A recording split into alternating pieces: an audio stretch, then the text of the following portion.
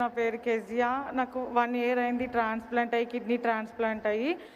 7 years నేను డయాలసిస్లో ఉండే. ఎంతో క్రిటికల్ కండిషన్స్ నుంచి నాకు పాలయ్య, ప్రకాష్ అయ్య, ఇక్కడ ఉన్న సిస్టర్స్ బ్రదర్స్ ప్రేయర్స్ ఎప్పుడు నన్ను మర్చిపోకుండా లైవ్లో 24 అవర్స్ నా కోసం ప్రేయర్ చేసి ప్రేయర్సే నన్ను బతికించినాయి. నాకు ఎన్నో మేలు చేసిన దేవుడు. ఎప్పుడు సీరియసే పాలయ్య చెప్పేది నీకేం కాదు, ధైర్యంగా ఉండని.